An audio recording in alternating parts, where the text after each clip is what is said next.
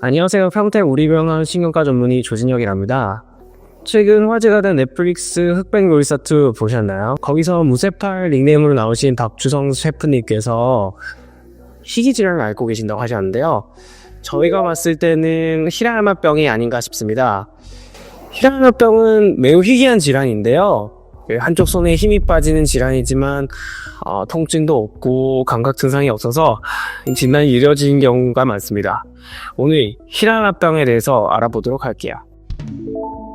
히라야마병은 한쪽 손에 힘이 빠지는 질환인데요. 감각 증상 없이 한쪽 손에 힘만 빠지고 근육이 좀 말라가는 질환입니다. 따라서 감각 증상이 없기 때문에 운동신경세포병에 속하게 되고요. 보통 10대 후반에서 20대 초반 남성분들이 많이 걸리게 됩니다. 한 3년 정도 진행을 하다가 진행이 멈추는 그런 양성질환으로 속하게 되죠.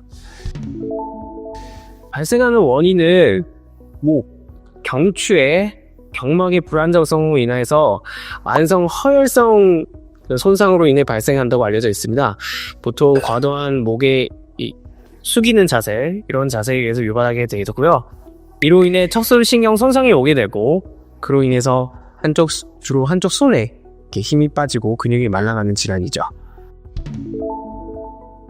증상은 말씀드렸듯이 젊은 남성분들이 한쪽 손에 힘이 빠지게 됩니다. 주로 이제 손 쪽에 힘이 빠지고, 그러니까 글씨 쓰는 것도 좀 어려워지고요.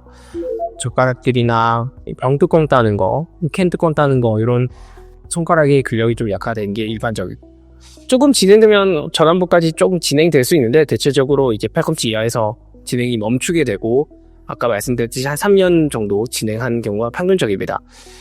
다만 가장 중요한 점은 이런 힘이 빠진 건 있지만 저림이라든지 감각이 둔해진다든지 이런 증상, 감각 증상이 없다는 것이 가장 중요해서 운동신경세포병에 들어가게 됩니다.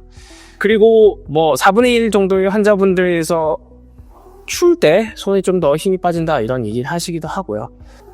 이 양성질환이기 때문에 진행되지 않는 게 가장 특징점인데, 한쪽 손에서 끊긴 하지만 다른 경우에 반대쪽 손이나 반대쪽 팔, 그리고 양쪽 다른 쪽 다리 쪽에 진행이 된다면 루 게리병 같은 다른 운동신경세포병을 고려할 수 있겠습니다. 신경세포병이라는 점에서는 큰 범주 안에서는 같이 속하게 되는데요. 다만 발생 원인은 완전히 다른 질환입니다. 히라야마병은 경추에 저는 허혈성 손상으로 인해 생긴다고 주로 알려져 있고요. 루 게리병은 진행하는 만성 신경폐행성 질환으로 알려져 있습니다.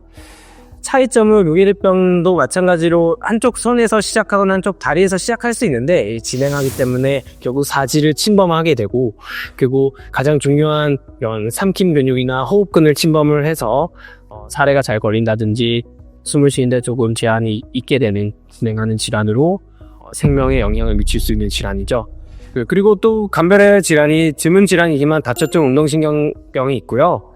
다초증 운동신경병도 한쪽에서 시작되는 게 특징적이지만 감각 증상이 동반하지 않습니다. 그래서 히라야마병과 비슷한 증상으로 보일 수 있지만, 이거는 진찰이라든지 근전도 그리고 피검사 등을 통해서 감별할 수 있습니다. 진단은 가장 중요한 건 사실 신경과 의사로서는 병력이 가장 중요하고요. 병력과 신경부터 진찰을 통해서 근력이 약화되어 있는지, 근육의 위축이 팔에 있는지 손에 있는지 이런 걸 확인하는 게 가장 중요하고, 그 다음에 그걸 확인하는 가장 중요한 검사 중에 하나가 근전도 검사입니다.